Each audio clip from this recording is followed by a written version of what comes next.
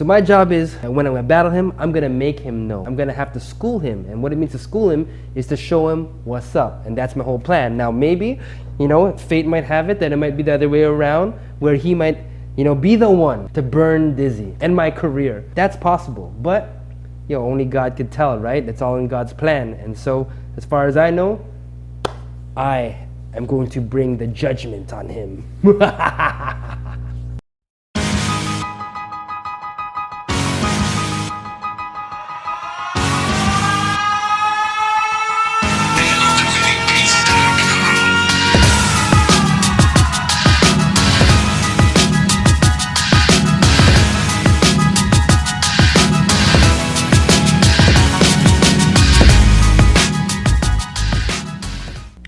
What's up, y'all? I just got back from China and I've been sick for the past couple of days because my wife banished me to this couch so that I don't get my baby sick. That's why I've been sleeping on the couch. Anyhow, some crazy stuff happened to me, as you can see, in China. I was out there judging this awesome event. It was R16 China Guiyang or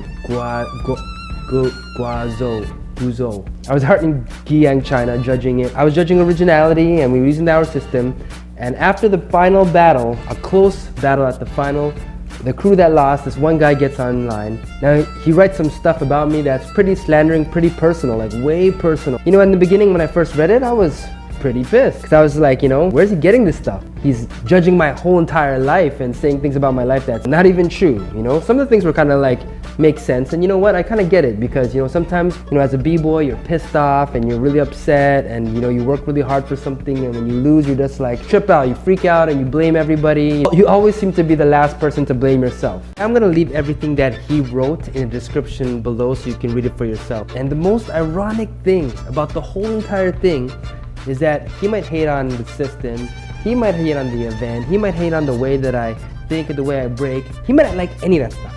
But the funniest and most ironic thing is that he does my moves. He does moves that he probably doesn't even know they're my moves. Like he does a thread combo, he doesn't probably even know it's my thread combo. So this guy in his anger, he goes out of his way to talk about, my faith, that I'm not a real Christian, and you know what? I'm probably the worst example of a Christian, probably the worst person that I actually know. I'm nothing to close or even comparable to the level and standard of Jesus, who is perfect. I'm nothing like that at all, and I know that. I'm like very far from that. And that's why there's like, there's such thing as grace and stuff, you know what I mean? But anyways, this guy attacks my history, my past, my life's work, says that everything I'm doing is about money, saying that I'm not a clear b-boy. Man, that's kind of funny because Rocksteady Crew gave me the Spy Award. It's so weird that they would give that to a not real b-boy. He says that I'm not a clear b-boy, which, I'm not like, oh no, I'm not a b-boy. I've always wanted to have the label of b-boy. That's my life's dream. I don't care. It's like saying like, oh, I need somebody to call me gangster. Once you have to call yourself a b-boy, it automatically almost makes you not one. You know what I mean? It's like having to call myself humble. Yo, I'm humble, right? Like you don't call yourself that. It's just, you don't have to call yourself gangster if you're a gangster, you know what I mean? A b-boy, you don't have to take that title like it's like hey, I got a badge and my badge says, I'm a b-boy, right? Like, yo, if you're a b-boy, you just are, it's in you. You don't say it like, yo, I'm a b-boy. If you want to see what he wrote, it's in the description below. I don't want to go through it because it's a lot. So anyways, this guy posts this on Wechat, Chinese website, internet stuff, and it just blows up all over the Chinese forums and stuff like that. And a lot of people are talking about it, and my boys, dream runners, they see it because they speak Chinese. I don't speak Chinese, so it's hard for me to find it. And they start to say, hey, you're gonna call out Dyzee? We want to call your whole entire crew out. And that's kind of cool, right? It's like they want to call their whole crew out. They're trying to defend me. They're my boys. That's cool.